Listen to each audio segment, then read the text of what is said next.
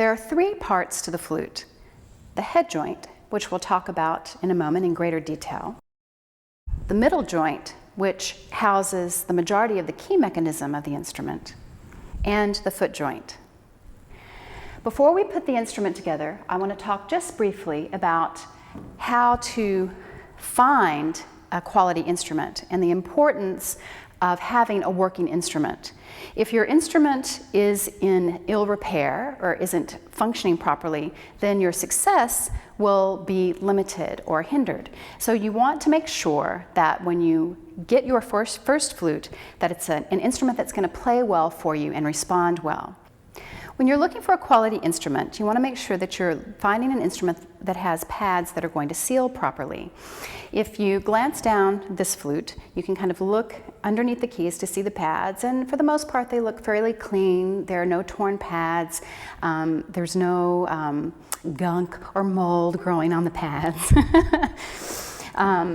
This other instrument, which may have been in someone's closet for a while, if you look at the pads, you see that some of them are kind of worn, and there's actually maybe even a little bit of mold growing on the pad. So if I were to purchase this instrument, it wouldn't necessarily be a bad thing, but I might want to consider having the pads replaced.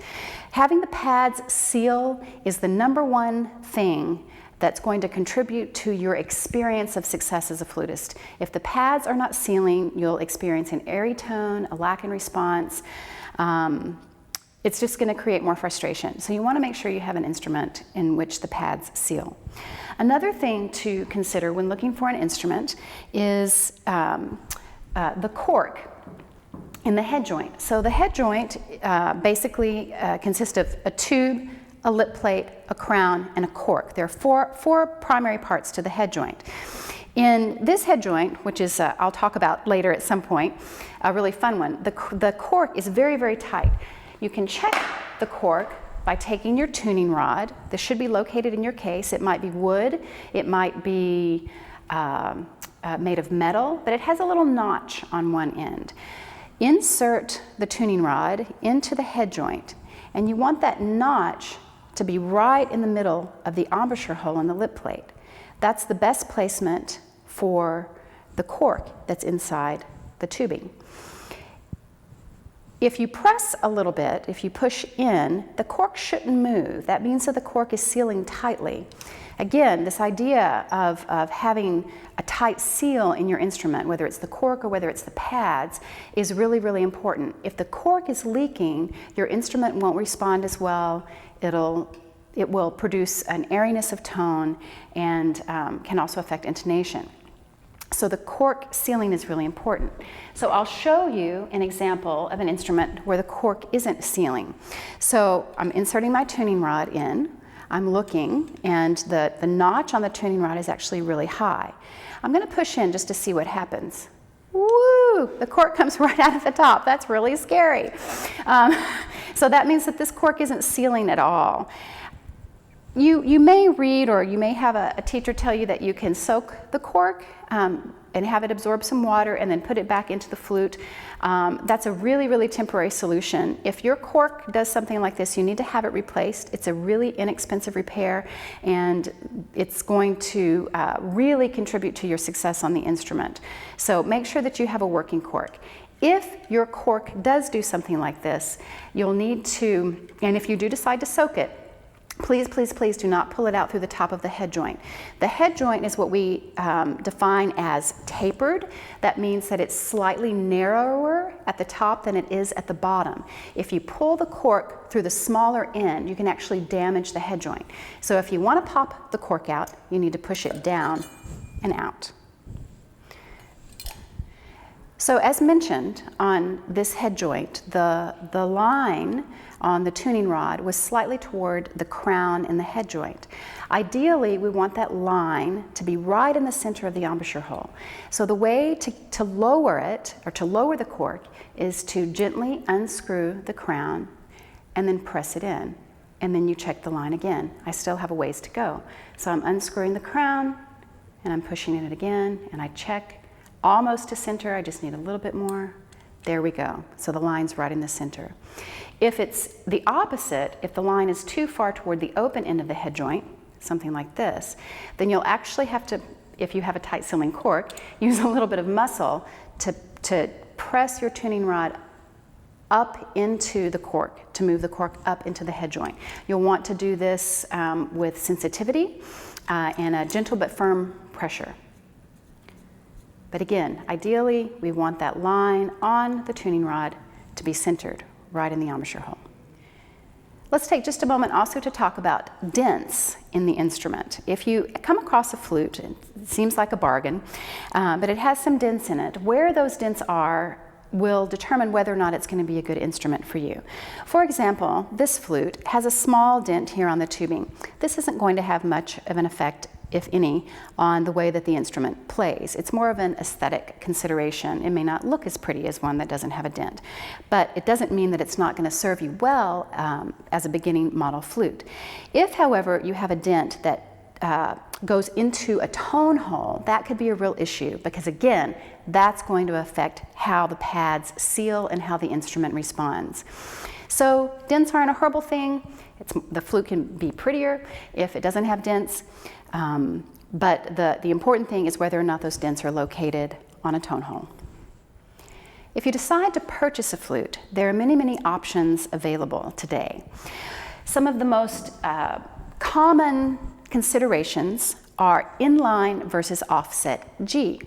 My flute has an offset G. That's this key right here. So if you look at the line of keys, you'll see that these are in line, and then all of a sudden, this G and G sharp key are offset. They're not in line.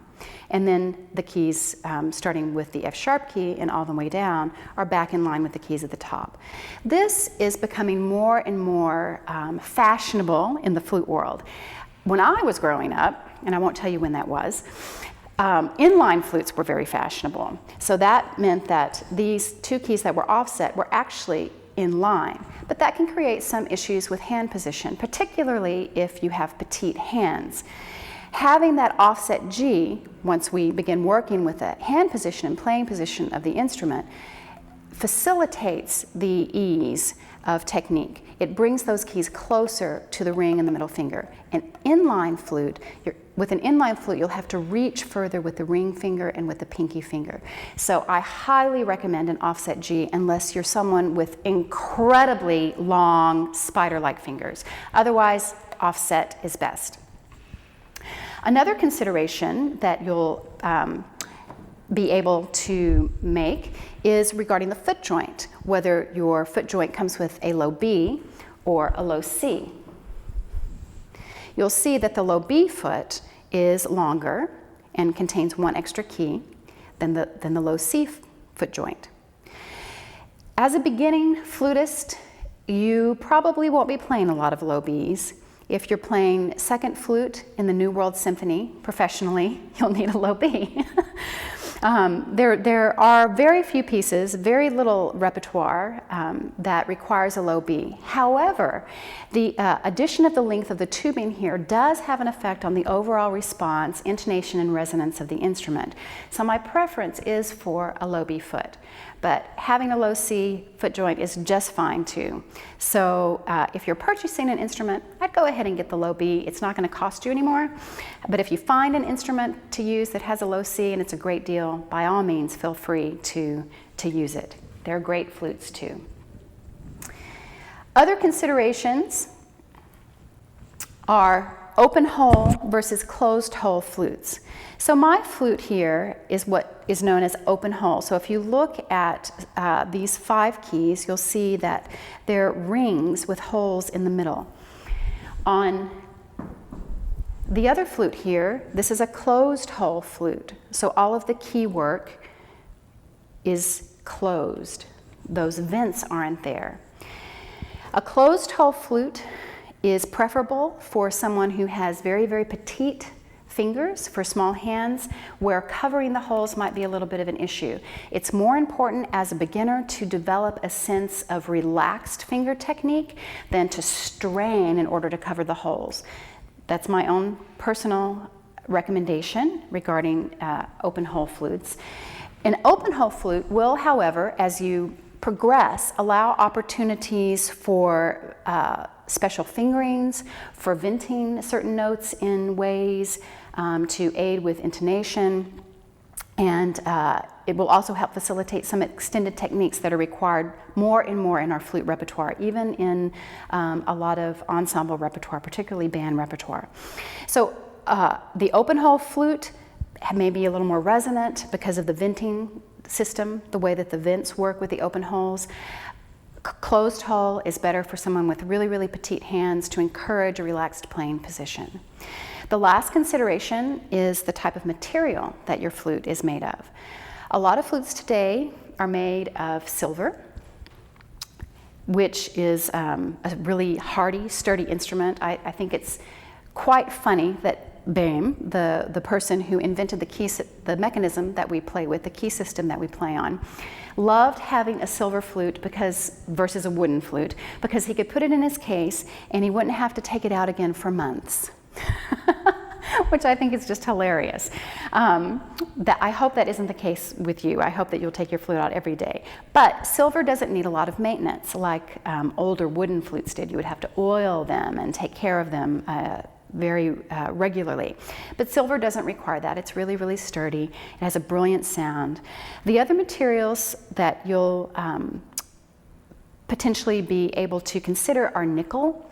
Nickel is a lot cheaper than silver, so if you're on a budget, nickel will work just fine. Silver is more expensive, it's a little heavier, and if you wanted to, you could even consider gold and platinum. Wouldn't recommend it for a beginner. Wait until you get that job as principal flutist in an orchestra, and then you can go for gold or platinum. And I think that's about it.